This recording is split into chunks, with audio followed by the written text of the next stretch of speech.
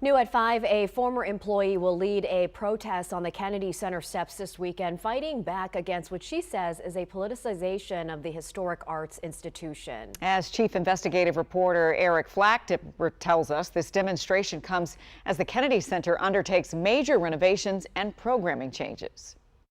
Mallory Miller spent more than 2 years working as part of the Kennedy Center's dance programming team, but she was fired in August after run-ins with President Trump's newly appointed executive director Richard Grenell over programming changes. She believes she was ultimately dismissed for union organizing.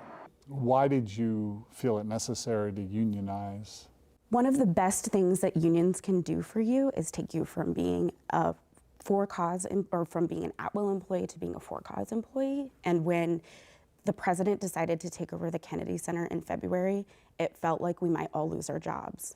Miller says mass firings began in February, shortly after the leadership change. She claims programmers in social impact, international programming, dance, and jazz were all among those dismissed. Also the curator of Millennium Stage, which is one of the Kennedy Center's most popular programs. And so I have to draw the conclusion that if you're firing curators, what you're actually doing is censoring art. Saturday at 1 p.m., she will lead a group of dancers in what Miller calls a stand against partisan interference in the arts, like this one back in September. In a statement, a Kennedy Center spokesperson did not address the protest, Miller's firing, or staffing changes directly. She told WUSA 9, as America's cultural center, the Kennedy Center welcomes everyone who wants to celebrate the arts.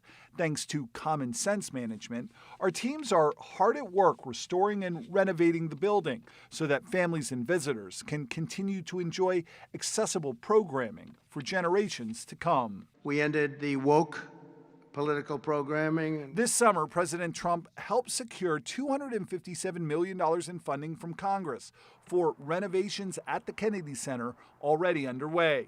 And a Kennedy Center spokesperson pointed to the announcement of its first ever Christmas tree and Christmas spectacular as an example of the revamped programming. Still, the New York Times obtained documents which show a 50% year-over-year drop in ticket sales during a typical week in October. And Miller isn't surprised.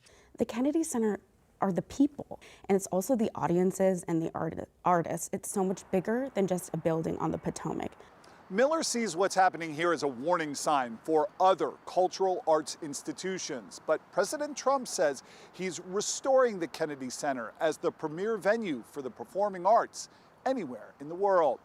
At the Kennedy Center, Eric Flack, WUSA 9.